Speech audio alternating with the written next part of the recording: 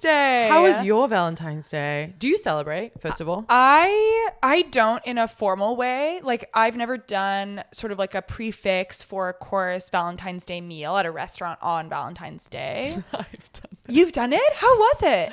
I did it at the place that Chris and I met. Harlow. Really? Now closed. Now closed. Rip. Fuck. Yeah, we did a prefix menu there. Oh my God, how was it? I mean, it wasn't great. That Yeah. place is a club by night. It's a club. Anything that goes from like restaurant to club as a transition, I think, is not known for its cuisine. No, there's certainly not like a chef de pastry in the back. No.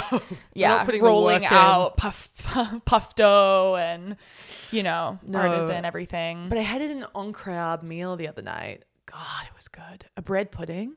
Oh, I love a bread pudding. It was, first of all, $17. Bread pudding, a little bit of history for you here, is a depression meal. Mm-hmm. So it was served because it was the cheapest thing you could possibly have. I mean, stale bread, a couple eggs, and milk. And you had a bread pudding. Well, now eggs are famously $13. Sorry, I'm so sorry. Thank you for correcting me. Eggs are actually really, really a luxury. It's sort of the caviar of the regular folk. I know days. Waffle House is charging 50 cents an egg these know. days. I know. But $17, I thought, it's got to be good. It's got to be good. And my God, was it superb or was it superb? I mean, I don't go on and on about food, but I really thought I might step into dessert influencer territory. This is on crab. Did you kiss at the table? There was no kissing. No, there was no touching. But there was a couple next to us, and I said to Chris, "Are they on it?" We kind of kept talking to them. Oh. And I said, "Were they on a date when they left?" And Chris goes, "Yeah, no, of course." And I thought, really? There was no chemistry, no connection. If they were on a date, it was for sure like the first date. That's wild. They shared a full meal, like a steak frite. Yeah. Which was very expensive. Like if someone was shelling out for a steak frite. But isn't that what you do on a date if you're new, to impress? I want to talk to you about this. Yeah. Chris never bought me a meal. I think that Stephen bought me breakfasts. Like there were breakfasts where he would be like, I've got this one. But in general, it's always been 50-50. It's same. Yeah. I'm discovering that is not normal. the case. No. And I'm not feeling around a town. little shortchanged by that. Yeah. It's sort of like when I asked my dad to back pay me my allowance because he had agreed like 3 years prior to pay me an allowance, like all my American friends, which is like not a thing anywhere else. Like kids don't just get money like anywhere else. And I was like, hey, all of my friends are getting an allowance and I want one. And he went, okay. So for like 3 weeks, he gave me like $10 a week. And then he stopped and he kept being like, yeah, I'll get it to you next week. I'll get it to you next week. Me, a lone shark. I think probably a year passed and I did the math of how much he owed me. 500 and 500, yeah, something. And I came to him and I was like, hey, you owe me a lot of money and you have to pay it to me all today. And he said, absolutely not. I'm not paying you a cent. You breaking his fingers? Yeah. I tried to back pay. I tried to. Wow. No, I really, and Chris asked me, we had this conversation and he said, do you feel salty about that? Do you feel a type of way? He was like, I wasn't making a lot of money when we first started dating. And I was like, I understand that, but I was making no money. No money. Yeah. And I was still looking like this. Yeah. On a budget. On $0. Yeah. I mean, I showed up to Los Angeles when we first met with $9 cash. Yeah. $9 cash and 20 cents in my bank account. A friend Venmo'd me $100 so I could get through the weekend. Yeah. No credit card. It had been closed on me. My credit card got, I literally had that moment in like Sex and the City where they like cut a card in the store. Like the credit card company closed it. Oh my God. I was in, thousands of dollars of debt. Yeah. And had $9 cash, which was enough to get the bus from the airport to downtown Los Angeles. Yeah. To where I was going to end up staying. Oh my God. So I really was, you weren't ready to split a steak frite. Let's just say that. And yet... you found a way. We found a way. Yeah. We found a way. I do really feel... Well, you can ask at any time. It's not too late. To be back for you paid? to just be like, why don't you get this next time you're at a restaurant? It's funny because I was cornered at his Christmas party by one of his co-workers who really brought that debate to the table. Mm-hmm. He said, Beatrice, I'm single, I'm dating, I'm going out with these women. He's British. And he was like, all the American girls expect me to pay and I can't live like this. And I said, look, you're going to now have to approach this as quality over quantity. You can't just be going out with every bumble date that comes your way. Yeah. If you can only afford to take one woman out for dinner a month, then that's going to be the one date you have a month. Choose carefully. Because Great advice. one, there's a pay gap. Yeah. Disparity wise. Two, we spend so much on skincare. And I gave him this argument. He threw it back to me, Andrew Tate style, and was like, we don't expect you to look like this. We think you look better without makeup. Yeah. You don't have to do all this. You do this for each other. No. We don't need, you don't need these nice clothes. We would rather you in t-shirt and jeans. Yeah. And it's a really hard, it's like cutting the head off a snake and it growing back. Like, it's a really hard argument to go back against because you're just kind of like, you're right, but we are so inherently rewarded by the patriarchy by putting the work in that you don't know what's going on under the surface that I'm doing that is giving me a leg up. Also, how different a day goes when you roll out of the house in a pair of sweatpants, no makeup on, versus when you dress to the nines. You could have the same exact day with an entirely different outcome. Say it louder. Free coffee. Say it louder. Lovely interactions with strangers. Yes. You drop your wallet, someone helps you. Yes. The sweatpant person is ignored. There's absolutely no help invisible. to be had for them. I wore a fur coat the other night. I had valets complimenting me. I had waitresses. I had hostesses. I had people in the street stopping me. I had people going like, fashionista in the house. Yeah. It was clamoring. Chris was like, this is getting outrageous. It's too much. I'll tell you what, what that doesn't happen? When I'm in a t-shirt and jeans. Yeah. And I'm sorry, which one would you rather have on your arm? No, that's the question. And I do have a very brilliant friend, a very beautiful friend, and she's worked out an arrangement with her partner. Yeah. He splits all of her hair appointments with her. Yeah. And the justification there is that one, she can give him haircuts, like when he needs to trim, cuts his hair. she'll do it. Yeah. So because of that, she's like, all right, fork it over. Right. And I think that is equity. That's equity. That's not true equality. equity. That's equity. Yes. It costs a lot of money to dye one's hair. We wouldn't know. We wouldn't know. But we do know. We know. We don't. We know. We don't. We're educated. We're educated. Yeah. Yeah. When you, look at it from that vantage point as like, invest in me like stocks. Yeah. You want to preserve this. You want to have someone that eternally, when you walk into any room, all your bros are going to go, God damn. Yeah. You need to invest now. Mm-hmm. And that means fronting it up. Yeah. Keeping me happy. Yeah. Putting some money into the beauty piggy bank. It's so true. God, it's so funny.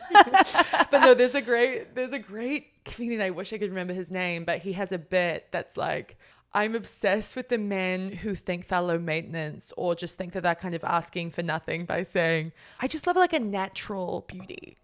Like, I'm not asking for much. Like, I just like a woman who's just kind of like naturally good looking. And it's like, of course, you're actually asking for the highest tier. Yeah. You're asking for a woman who God just said, it's you, mama. It's you. It's you. It's you. Nothing else. You don't need anything else. And that is probably the rarest woman to find. That's so true. I can only think of 5. Angelina Jolie. True. And that is the product of 2 movie stars. Yeah. 2 movie stars. That's not even a normal product. And it's also rare that 2 movie stars come together and make a beautiful person. That's Have you true. found that? I'm really excited to see how all the stars that were born sort of in my youth are going to grow up to look like, like Suri Cruise, dying to get a sense. I'll tell you, she looks like an ordinary girl. Wow. The only ones that are guaranteed to be beautiful are those that are mixed race. Other than that, they really do just turn out kind of regular. And if you look at the parents of these stars, like have you looked at Zendaya's parents? No. That's just something regular. to Google. Just totally regular. Like the stars who are the most beautiful people in the world, their parents are so incredibly normal. It really takes Leonardo DiCaprio's parents is a great example. Mm-hmm. It really takes, I think, 2 total normies to create a beauty. Wow. Our poor kids. No, I mean, They'll be normal. What's that movie? Sky High with the superheroes. Yeah, Sky High. Yes. And it was like you needed an ordinary and a superhero to make a superhero, but two superheroes can't come together to make another superhero. Oh, wow. Yes. Interesting with like a eugenics sort of idea of the superhero. I'm telling you. Whoa. Was that a Disney Channel original movie or was that separate? I think so. All I can remember is that Khloe Kardashian's friends came out of there. Oh my God. Yes. Malika and Malia, the double M's. Also, who's watching? Nobody. Who's watching this season? Watching? Who's keeping up? Nobody. Not a soul is keeping up. Don't know a soul. That trailer looked boring. They had to dangle Lamar like a fish on a hook, which doesn't even feel right. Actually exploitative. No, it is. Because all the trailers suggested, like, are they going to get back together? And it's like, what? What? You threw Lamar back at us. You threw him. That's one step away from throwing Kanye back in the mix. I was just recently talking to somebody and they were like, I think he's going to be dead soon. Shit. Just that, like, things are clearly not going well. I mean, crashing the Grammys was a move. Yeah. I mean, now he's alleging that he's autistic on top of bipolar. I mean, I haven't even come on this pod and talked about my experience with Milo Yiannopoulos and Bianca Censori. I mean, I've really got to talk about that. This is an exclusive for the Uggos, but I reached out to Bianca on LinkedIn. Something that no one would ever guess. Yeah, no. Vanity Fair asked me to kind of track her down for a profile, and I spent months trying to talk to her. But I found her initially through LinkedIn, got connected with Milo Yiannopoulos, who you might remember from Breitbart, far-right conservative outlet publication. Yeah. And he was in Kanye's employ for a long time as his kind of communications lead. And we went back and forth for so long, texting, voice memos, you name it, about talking to Bianca and like a full Vanity Fair spread. And then he kind of ghosted me, pulled the plug, unfortunately. But I got close. It would have been so good. I would love to know what's going on. I know. In that marital situation. Yeah, me too. Shocking. It's crazy to think that Northwest knows her too. I know. Like, just she's in the mix. Yeah. Northwest, like one of us. Yeah. Northwest. Like our good friend, our child friend, who was just on the FKA Twigs album. Do you know that's her? She's a feature on one of the songs in Japanese. Yes. Yes. God, she's a star. I know. Have you listened to the Weeknd album? No. I mean, we're a couple of weeks behind now, but it's fabulous. I'm back on music, so Same. I think I'm getting there. I'm back. Yeah, the Weeknd all brought podcasts, and then now I'm back.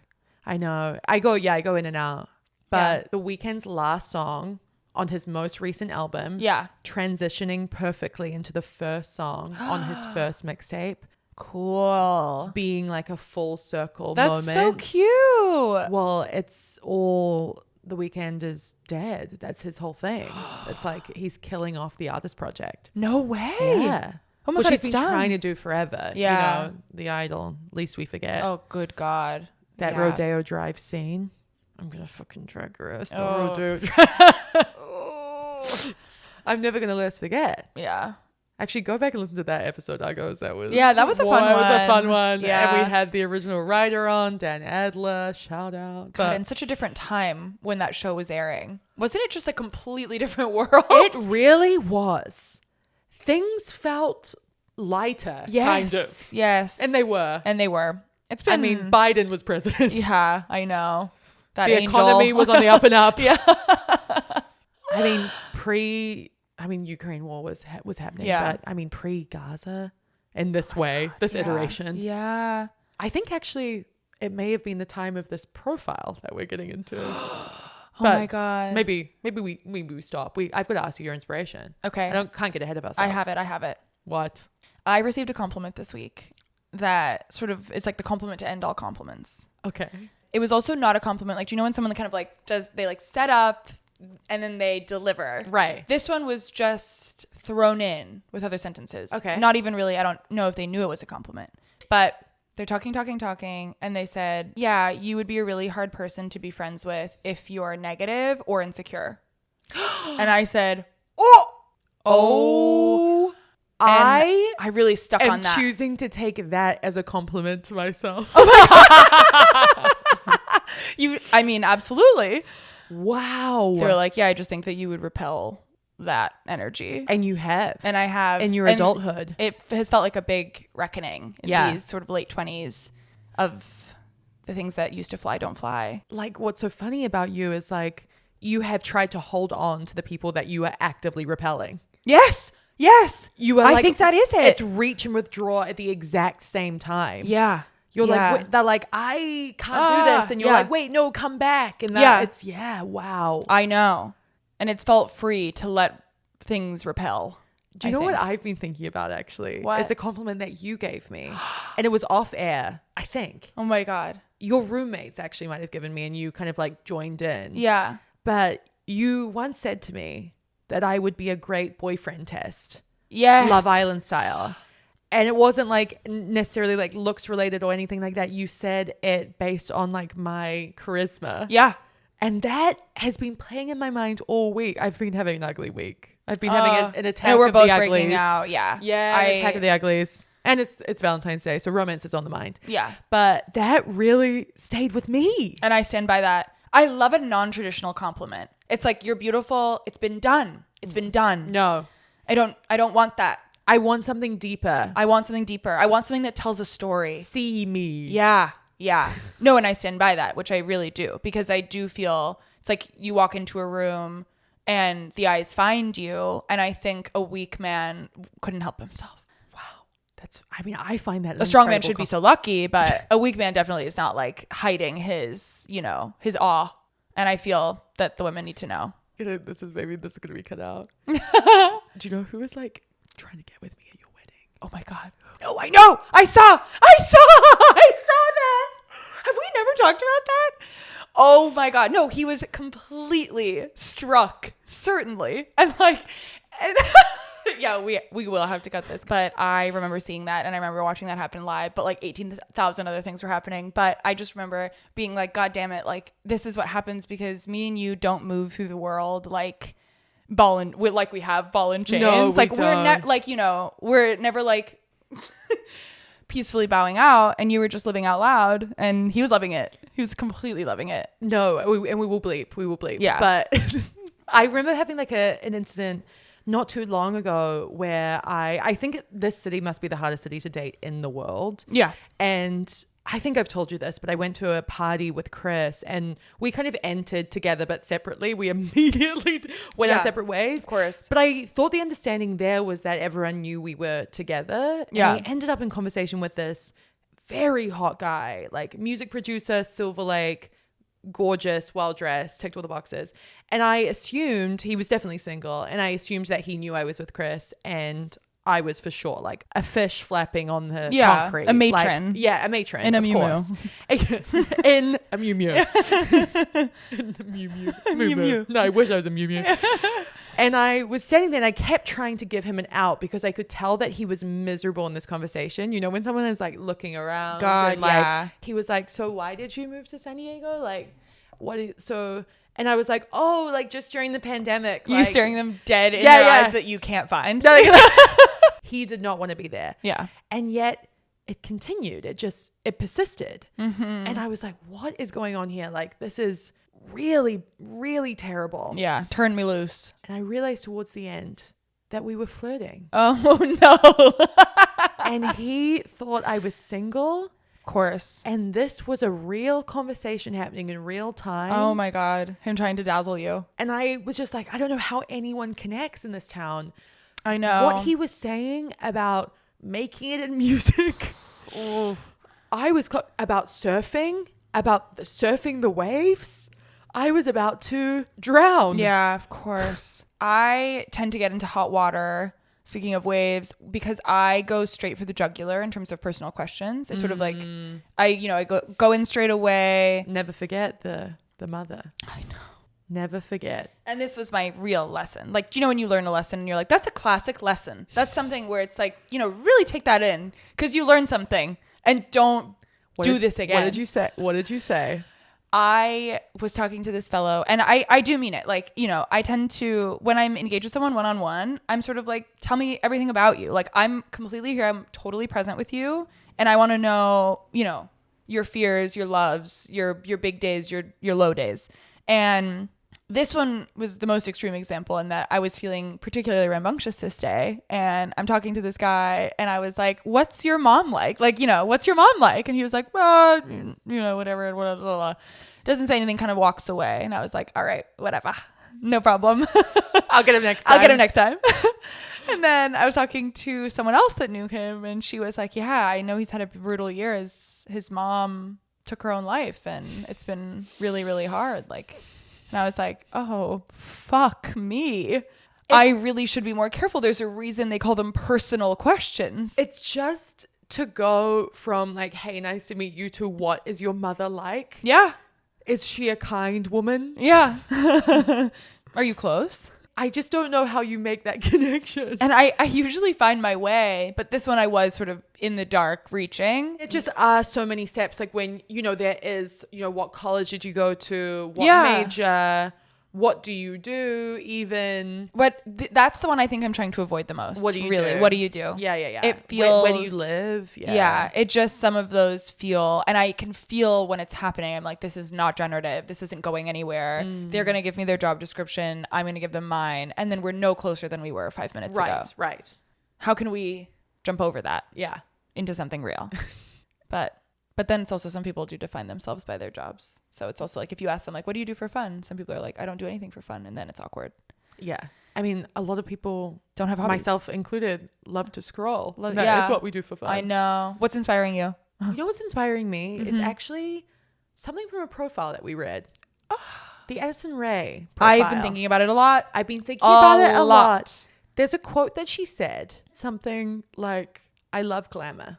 And why that's been inspiring me is because I grew up in New Zealand, a famously kind of like unglamorous country, in a very like pick me environment before we had a term for it. It was like, I used to hide my makeup before my friends came over because I like didn't want them to know I had any. Wait, can I have a question? Yes, a clarifying please. question. Of course. What was the hottest girl in your high school? What did they look like? Because I'm learning that it's completely different. Like in the Bay Area, no makeup sweatshirt is the hottest girl in school. Like hiking.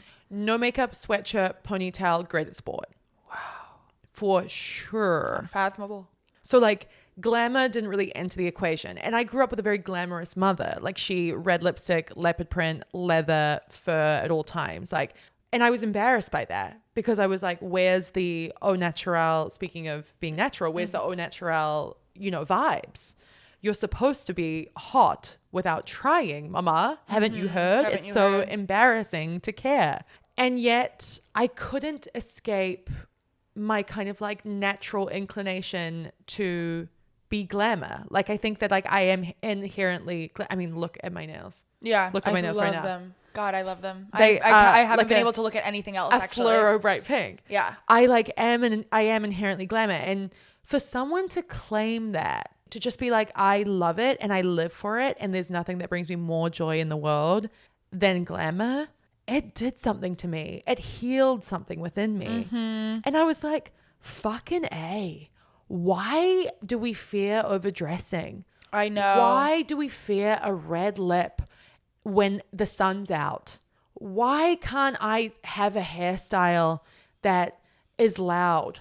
Why do I wear straight hair all the time because I fear that curls are too loud on me? You know, I know this. we had a whole discussion where you said I can never do them. Yes, you know. I don't think I've ever seen you with them. God no, and you may never. Don't devastate me this early in the day. It liberated me, that quote. Yeah, I do respect that girl for all the critique I threw her way in that episode. I really do, and I was just kind of like, that really set me free. And it was paired with these amazing visuals of her showing up to work in a pleaser heel and a tiny short, running into the room screaming, boys are stupid.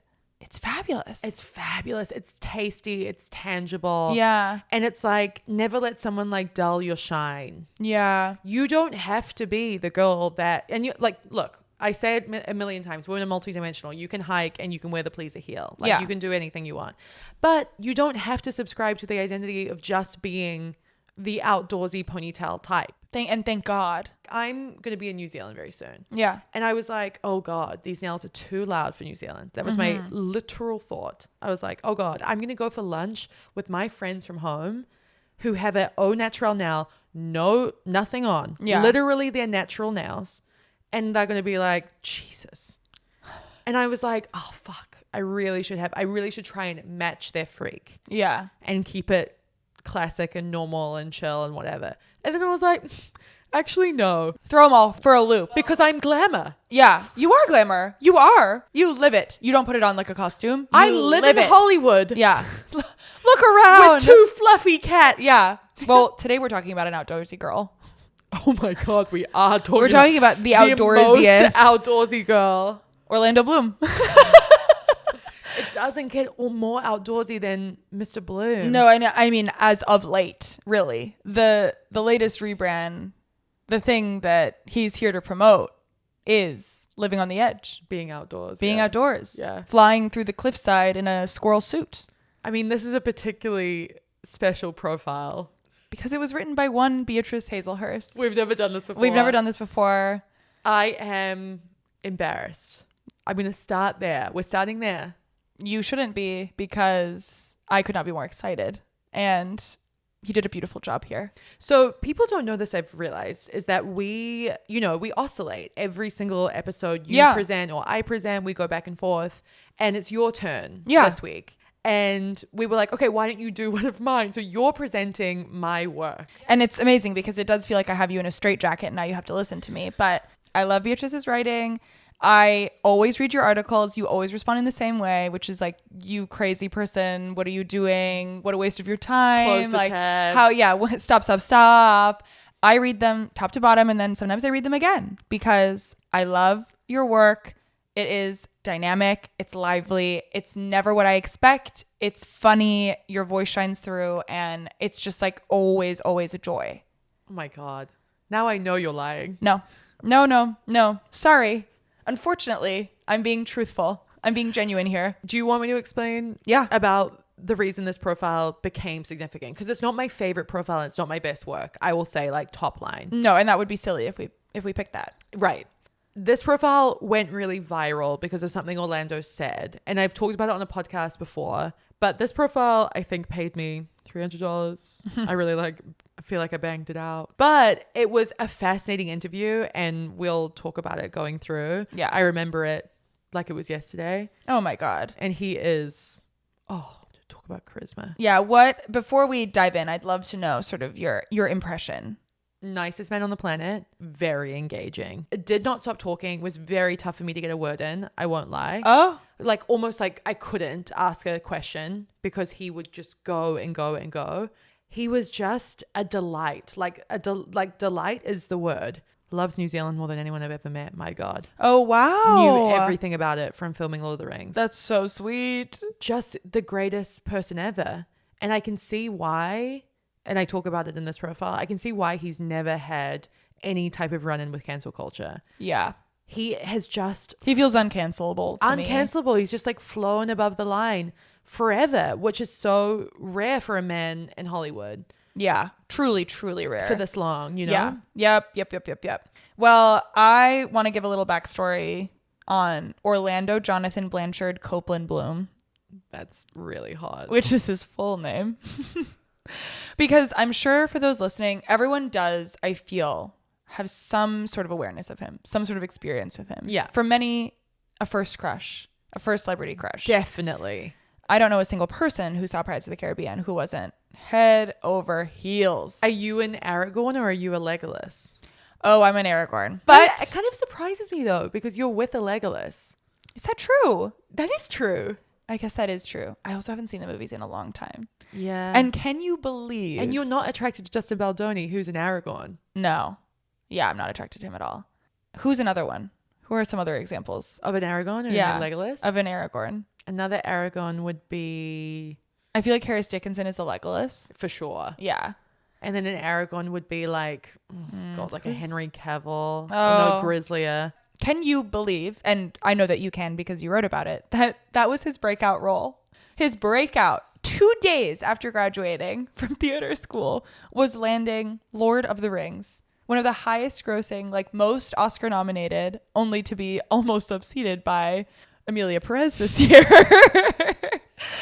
We always find our way back to relevance somehow, don't we? I know. But that was his breakout role. It's insane. It is insane.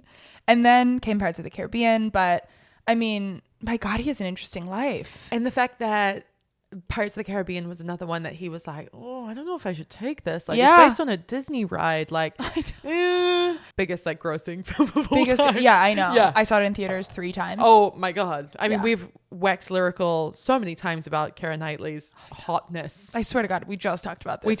We can't stop talking about it. I know. And who can? But he has an interesting life, which I also didn't realize as I was doing the research. I wanted to really go in here. He found out that his dad, who he thought to be his dad, was not his dad.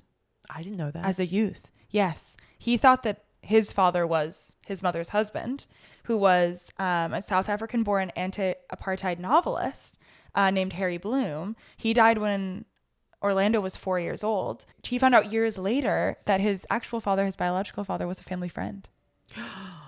Wow. Can He you believe? does need a movie based on his life. Yeah, he absolutely does.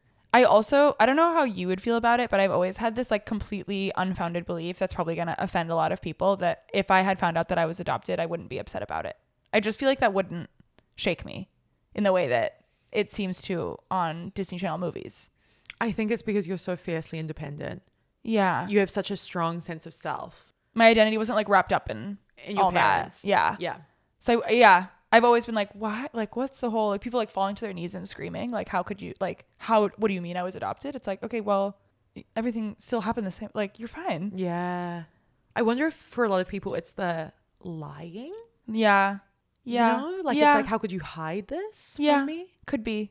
It's I pretty think so. crazy. The drama of it being a family friend, Yes. though, is wild. Yes. It's it not really like is. I went through the adoption process. No. And I found you. Yeah, It's yeah. like, I fucking secretly banged made someone. you. Yeah. I know. And so, yeah, so we talked about it. Lord of the Rings came in 2001. In 2002, he was voted Teen People's 25 Hottest Stars Under 25, even though he was 25 at the time. just under the wire. Just under the wire.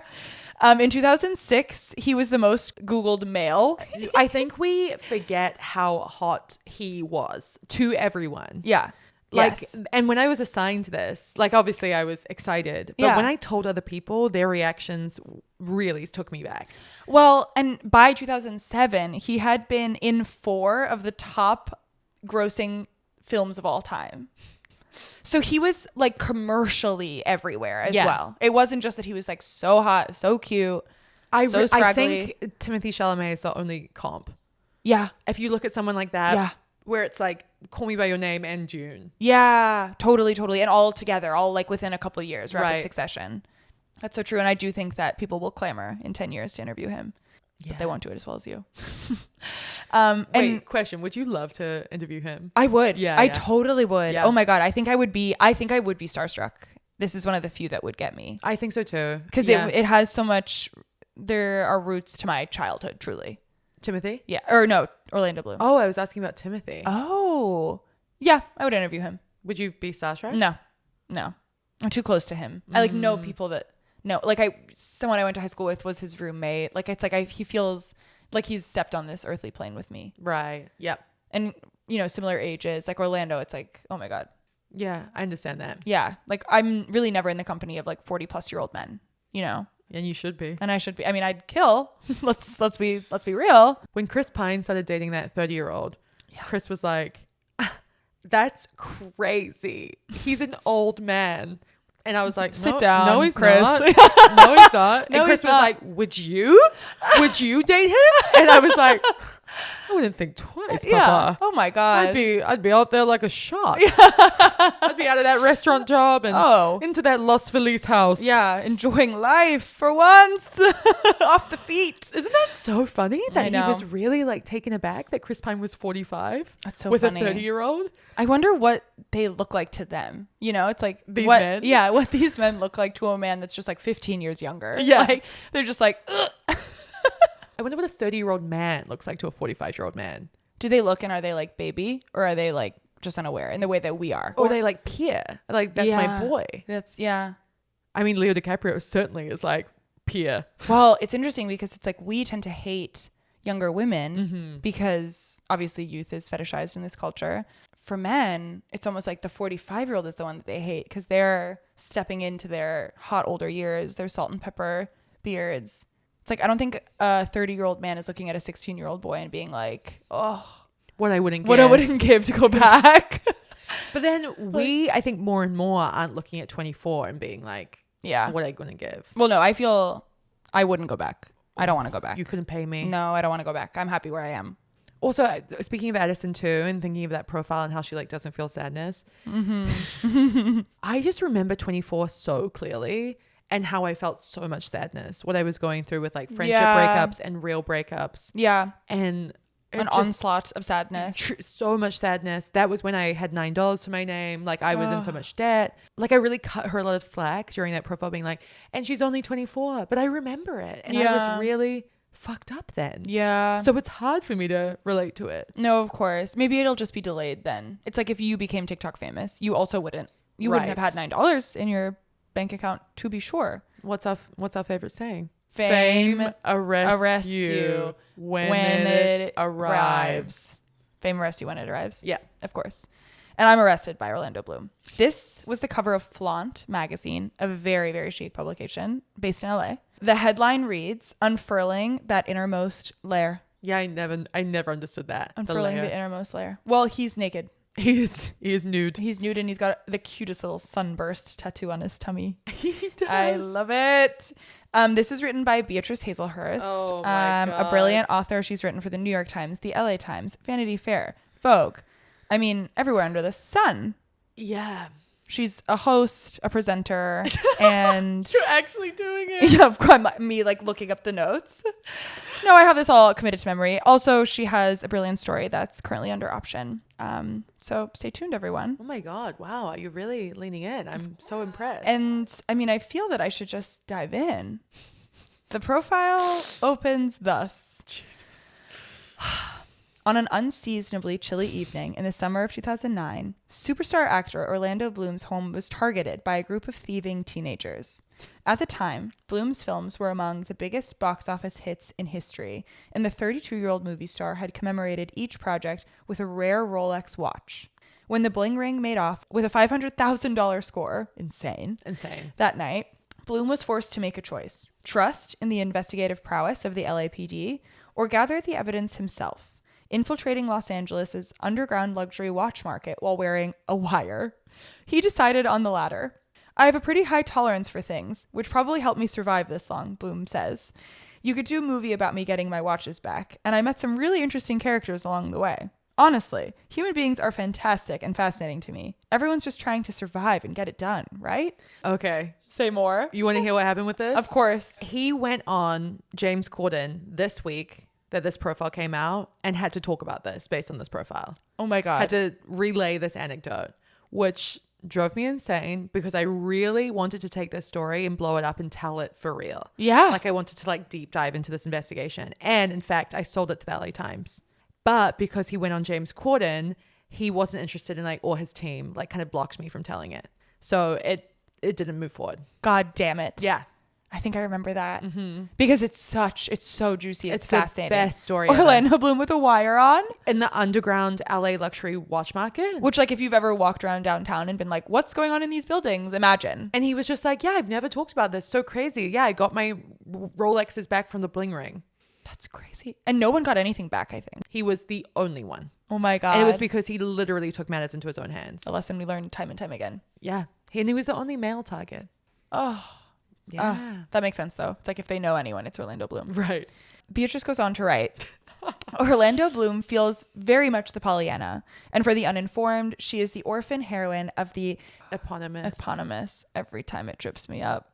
And I'm not afraid to. You know what eponymous? I do. Yeah. It's like the name is the name. The name is the name. Beyonce. Madonna. Yeah. Yeah. Novel, who remains positive even when crippled by a car. which bears a certain similarity to Bloom. The actor's Wikipedia page is littered with broken bones: nose, rugby, right leg, skiing, left leg, motorbike, right wrist, snowboarding, ribs, shooting. You know, he broke his back and was told he was never going to walk again, says an admirer of Bloom's, who once had his poster pasted to her wall. I did not know this fact, but it checks out. He broke, every fucking bone over and over and over again. Yeah, and it comes through that he's a bit of a daredevil. He is. He is here to promote sort of Orlando Bloom Daredevil as the new project, as the new look. His career has been like gearing up for this. Yeah. Working towards a show where he like jumps off things, like skydives, deep dives in the ocean. Yeah.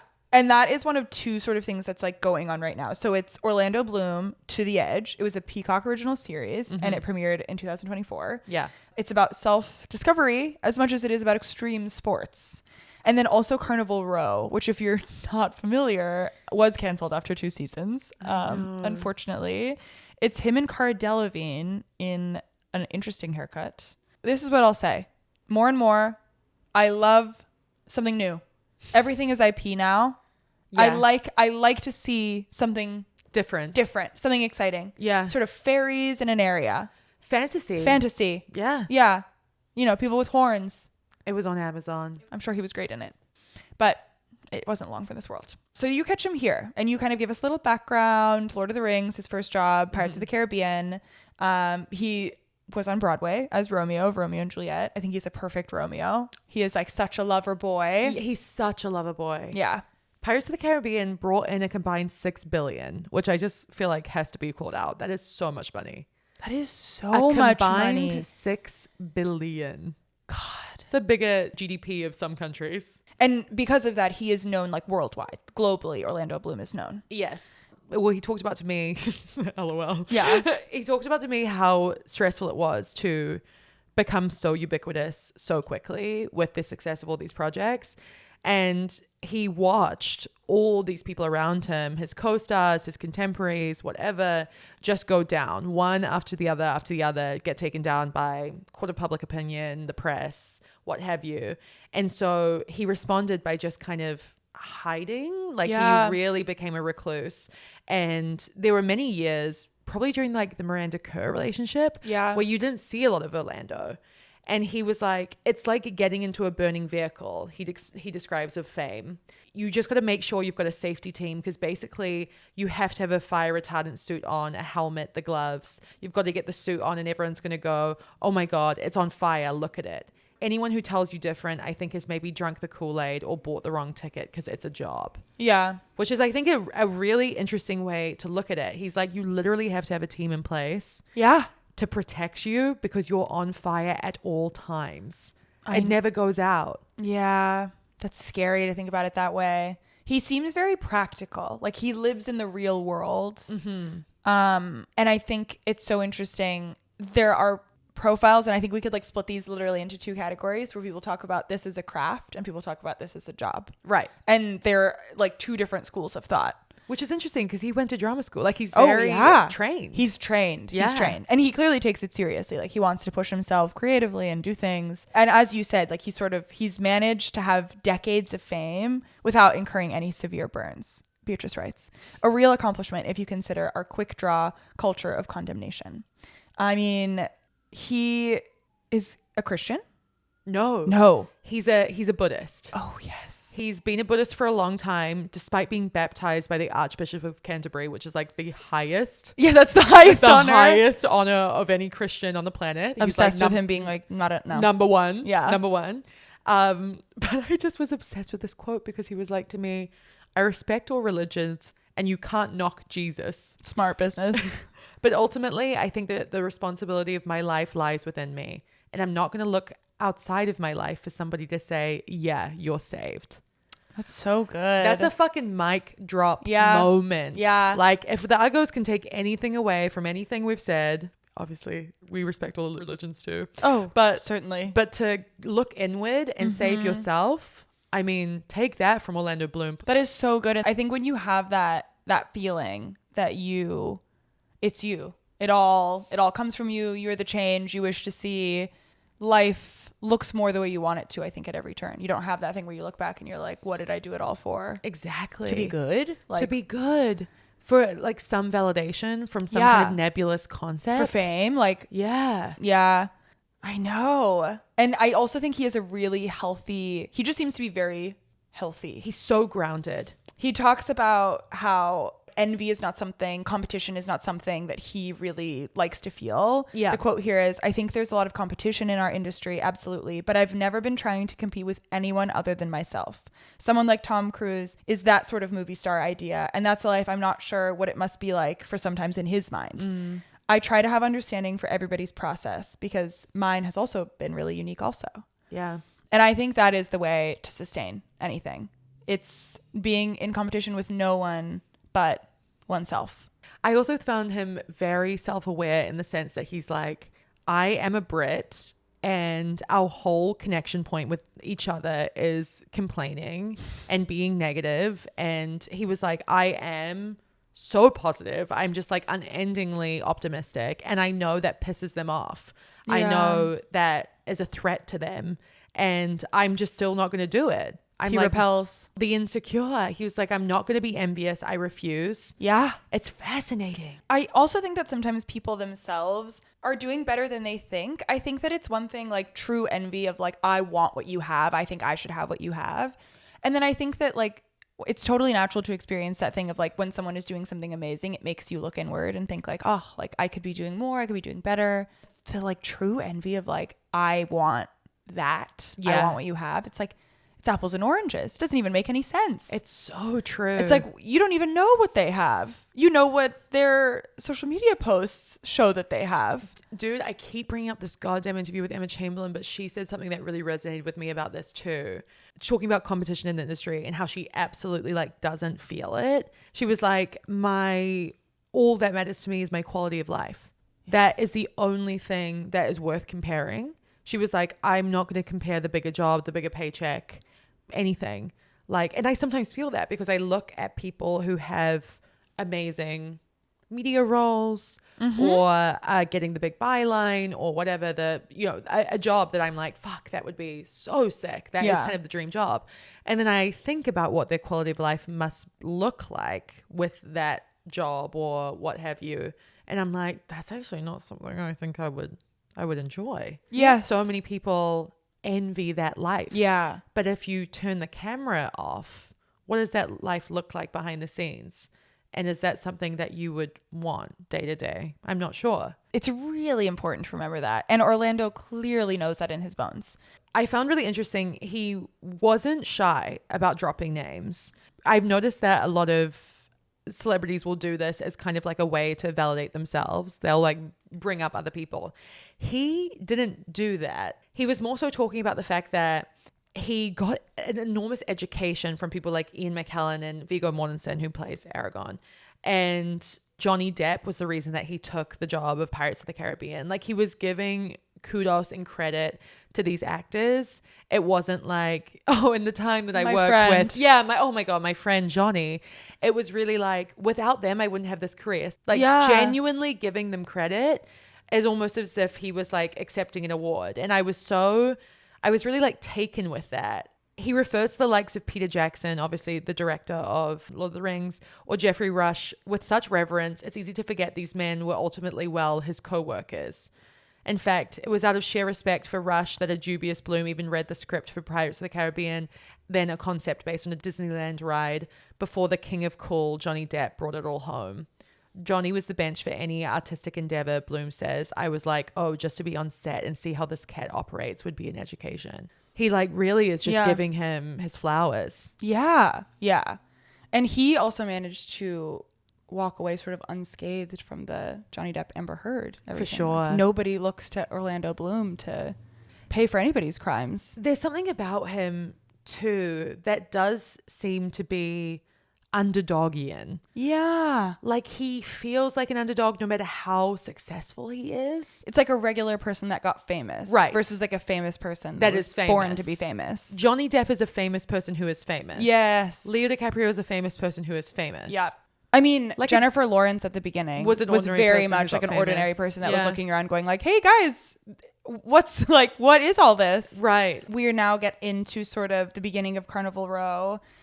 which was shooting in Prague, so chic, in March of 2020, when I found this so funny. What? That Orlando Bloom contacted like the head of Amazon Studios to say, listen, I'm not afraid of COVID-19 at all. He says, if you want us to hang, I'm down because I love what you're doing and I don't see it as a big threat. You go on to write, but Bloom's optimism was no match for the spread of COVID-19. And within weeks, he was quarantined in a 2-bedroom with fiancée Katy Perry. Together, as the pair navigated Perry's pregnancy and birth of their first child, Daisy Dove, Bloom considered his next move. Wait, how do you feel about the name Daisy Dove? I think about it a lot. I mean, it's a celebrity child name. Daisy Dove. I really love the name Dove. Dove is really cute. It's good, isn't Dove it? is super cute. Yeah. I know, something to put in your back pocket. Put that in the bank. Yeah. Yeah, we'll see. We have For a future cat. yeah, exactly. And then we get to Katie, which is what really I've been so excited because they are such an unlikely match to me. Yes. It feels shocking. And for many years, I didn't believe they were together. It was just such a big swing from Russell Brand. I mean, they're both obviously, you know, actors. They're both British. They have that in common. But outside of that, I mean, Russell Brand is the classic Brit in that he is so sardonic. He is so cynical. He is so like negative and dark and feels like dark-sided despite his recent journey into Christianity and MAGAism. Yeah. But like Orlando just is so light and he's so genuine. Yeah. And it just felt like, wow, I really thought Katie was this kind of like indie sleaze queen pop princess girl. Yeah. And she was going to end up with someone who was very like alty in that way. Yeah. Not like the blockbuster heartthrob. And so it really surprised me too. It still kind of does surprise me. I was like, where did they meet? It was a 2016 Golden Globes after party. Yes. Yeah. Yes. Yeah. Over like a burger or something, an In-N-Out burger. Like it really was something And they left the event together. hot. How fun. I know. That's so sweet. But yeah, I so see it now, like meeting him and how alive he is. And I wouldn't describe him as like funny, yeah. but she's funny. Yes. And I can see him laughing. I think probably he's laughing. I think she keeps him laughing. I think so. Do you know when they got engaged? No. Valentine's Day. Wow. Yeah. They And got there engaged it on is. Valentine's Day. So those are two people that celebrate it. For sure. There's something about that feels very like vintage classic fun to me. Like a Valentine's Day engagement. I do love that. Yeah. That is so sexy. Yeah, it's fun. And their daughter was born in 2020. So they really navigated like early parenthood, all of these like crazy milestones together in quarantine. And then he had this idea for his next move. The first idea was that it was going to be unscripted in some way. It's like Orlando Bloom as Orlando Bloom. Yeah. He wanted a reality show. And the first idea was traveling the blue zones, which are the like zones where there are the most elderly people, healthiest people, just like health thrives in these areas. Yeah. People who like don't die. Yeah. And we're all curious about that for sure. Yeah. Us with our Diet Cokes in hand. It didn't sell. It No. didn't sell. It was rejected. He decided, he's 46 at this moment in time, that he was going to learn how to free dive. He was going to parachute. He was going to jump. God, free diving. No.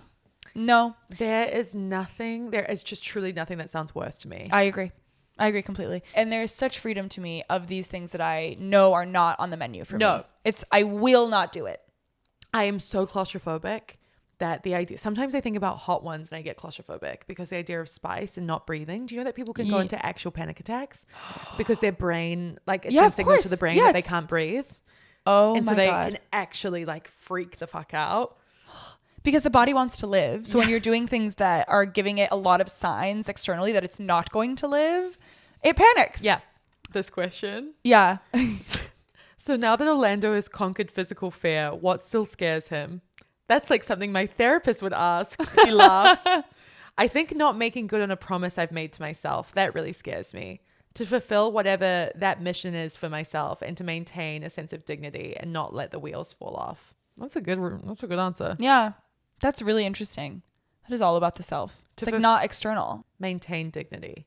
Deep. He's deep. Yeah. And here we talk. I mean, we get into the whole reason it went viral to begin with. I know. So you go to Katy Perry. Because, yeah, I also would be wondering, as a father to a baby with his wife here, how they might be feeling about him jumping off of cliffs. Yes. And beyond that, I was really interested in how they navigate their relationship as two extremely famous people and two creatively famous people, like people who are in the public eye as creatives. It's just like fascinating. And in different arenas. It's not two songwriters in the studio together. Exactly. Or two actors who understand going away for 3 months at a time and being on set. They do completely different things. Yeah. And I also said that to him, and I was like, look, I could not be with another creative. I would feel competitive. Being with another writer would drive me insane. Yeah.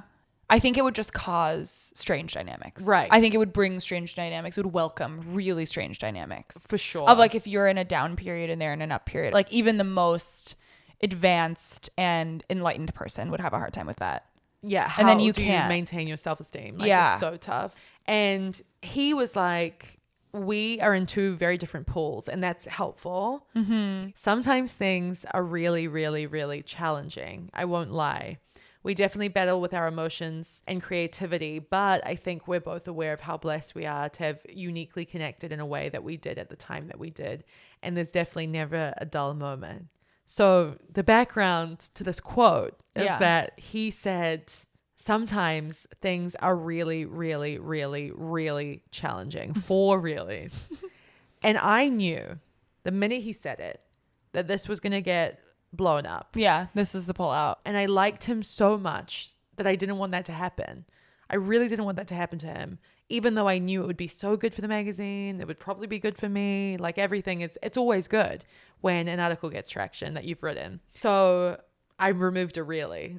And then sure enough, the Daily Mail, the Sun, the Mirror, Page 6, in the headline, really, really, really challenging. Imagine if that 4th really had been there. Imagine if the 4th really had been there. Orlando Bloom on marriage to Katy Perry. Really, really, really challenging. And it makes sense. It's like, this is the thing that no one ever says out loud. No. And that's why it's so delicious to hear. I've thought a lot about whether she would feel a type of way reading that or hearing that, or if it would be water off a duck's back. And I think about if I heard Chris say that, if our relationship is really, really, really challenging, how I would feel. And I just don't know. Like, I still don't know. I have to believe that she would know what he means. Yes. You know? Yeah. Because I think with me and Chris, I would be like, I don't know what you mean. Yeah. What do you mean? And now I've learned something new and I'm not happy. Right. Right. What are you referring to? What are you referring to? Yeah, I agree. I think that would be the real betrayal. But here, there has to be like a sense of, I gotta believe. Yeah. They're still together. So she's like, you're jumping off planes. That's really fucking challenging for us. Yeah, exactly. And I'm releasing an album that's not doing well. No. He is also known and has been a UNICEF representative like since the beginning of his fame. He's kind of an amazing guy. I know. And this is the thing. It's like people all the time get involved with charities to like scrub their image after something bad happens or virtue signaling. Yeah, but he has been involved since the very beginning. Yeah. Since way before he had to. As soon as he got any kind of notoriety, he was like out there. I have to be out there with UNICEF. Yes. Yeah. Which is very sweet. And he talks about how he was like really, really struck by things that he saw. He went to the Ukrainian border as like tensions with Russia were mounting. And he saw sort of a mom, baby in one arm, toddler nearby, hauling off with like a suitcase down cobblestone roads. And he said, it's a perspective you can't unsee. You just go, wait, what? What are they going to do? You can't fathom. It creates an imprint in your soul and your heart that you hold on to. What more can we do there? Yeah. And I think that's real. I can't even imagine seeing that, being at a war zone and seeing people leaving their husbands behind with children under their arm. Yeah. I mean, I really do think, it separates people who have seen it firsthand and those that have only like read about it in fiction books. You just like, you can't have the same perspective. It's like my mom couldn't get down on the floor with me crying in Kohl's because the jeans didn't fit. She's like, I'm sorry. I had friends die. Yeah. Like, get up. I know.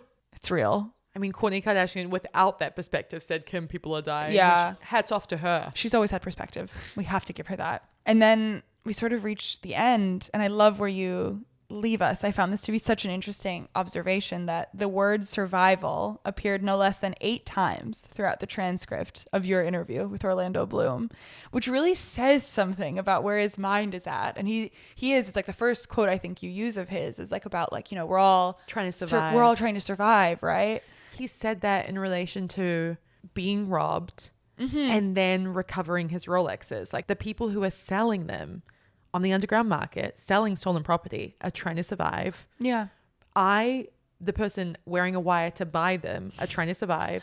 The people who robbed me to get them are trying to survive. We're all in this little ecosystem trying to survive. And it's so like, true. Talk about perspective. Like, yes. nuts. Yes. Sorry, continue. He has it in droves. You're right. Long before the summer of 2009, Orlando Bloom decided to make a case for a constant and full life, no matter how painful. So far, the evidence is compelling. He says, I think we're all just humans navigating. We have to learn to accept each other, and I think everybody's fallible. Everybody's flawed, and everybody's just looking to improve. I'm personally trying to evolve, attain enlightenment in this lifetime. I'm trying. I keep trying. Here I am. A powerful way to end. Here he is. And he means it with enlightenment. He's a Buddhist. He's trying to get there. He's trying to get under that tree. I think so. Cross-legged. I mean, these photos, and we'll I share know, them. my God. They're like nothing you've ever seen. They are amazing. He is in mini shorts. He's and doing the high most. socks. Yeah. He is In a mesh shirt. shirtless, in just underwear and socks and sandals. Yeah. He's in a fluffy pink sweater. It does not get better than this. I know. It really, yeah, it's everything you want and nothing you get. And nothing you usually get. Yeah. It's so exciting. You did a beautiful job here. LOL. You did a beautiful job. I mean, it was just one of my favorite interviews Yeah. that I've ever had. Yeah. He was absolutely fabulous. He's one of the nicest people I've ever talked to. Oh, that's so sweet. I'll never forget it. And it really is an interesting perspective, the two creatives trying to find a life together. And they've been together for a long time now, almost 10 years. Yeah. And seem to still be Yeah. going strong. I know. I mean, have you heard about this rumors about Barack Obama and Jennifer Aniston? I have. Do you know what's so crazy is that was like a tabloid front page supermarket rumor. Yeah. Forever. Yeah. And now people are giving actual credence to it. Well, and the origin of that rumor is in a story in The Economist that was satire. It was talking about what would happen if American politicians behaved like French politicians. And like you just like heard that Trump is running away with Beyonce and Barack has actually been having a big affair with Jennifer Aniston. That was the first time their names were ever linked together. And that was in 2014. No. Yes. Do you think they knew something and they were looking for a way to shoehorn it in? I feel that's too early. Yeah. That's so long ago. A 10-year affair that has been kept under wraps. I mean, JFK and Marilyn, like that was going on a while. Was it? I mean, Yeah. probably. I mean, no one knows. Yeah. No one knows. I don't know. But that was the first time their names were linked. And then it popped up like years later as like a tabloid story. I mean, she has been single for so long. I would love a tell-all memoir from her. Jennifer Aniston, end of life, like post-humanist tell-all memoir. The Obama years. I can only imagine what she knows. I know. Brad Pitt behind the scenes. Like there is so much she needs to tell us about. Like Matthew Perry. Yeah. There's yes. so much there. I know. She's at the center of it all. She really is. I think she actually, Yeah, she is the center. If you look at like kind of like the Venn diagram of Hollywood, it might be her. It is. Ooh. I swear she's been there for like every major event. She's seen everything. God, she's like the person that was like at the Twin Towers. She was like, Yeah. someone who was like in Just the Pentagon. before, I know. Yeah. Walked out the building. Yes, She's a famous person that has always been famous. she is. Wow. Wow. Please, God, tell us if you know anything. I'm a Bloomington though. I Yeah, bloom for him. I bloom for him. Thank you for sharing your beautiful work with us in the world. I love to read it. And I really do mean that. We've got to do one of yours next time. Oh my Who God. do you want to do? I don't know. It's been a minute. Maggie Rogers. We could do Maggie Rogers. That's my Your one with the most story. hated I profile. haven't revisited it. I haven't revisited it at all. I think we got to do it. We could. It would be fun. Yeah, it could. And it takes us to a specific time, 2018. I always see that video of Pharrell like discovering her Yeah. pop up. It just is I know. eternally circulating. So We post it. Yeah. Could be good. Yeah, it could be good. Oh my God. Well, Oh, I love you so much. love you so much. It's so great to see you as per usual. Yeah, my lord, my lord. And we're gearing up for the Oscars. It's just around the corner. I know, everyone. Do your homework. Get in your little seats. Yeah. Pull out the popcorn. Yeah. Watch Anora. Yeah, truly. Watch Amelia Perez get Best Picture still. Fuck. I know. Oh God. I know. More nominations than fucking. I think this all Lord could of have the all the Rings. drama could have swayed it in the other direction, but it's been the front runner, which is crazy. We love you. Please subscribe to Patreon End this podcast. and this podcast. Both. It's in Okay. your best interest. Okay, love you. Okay, bye. Bye. Bye. Bye.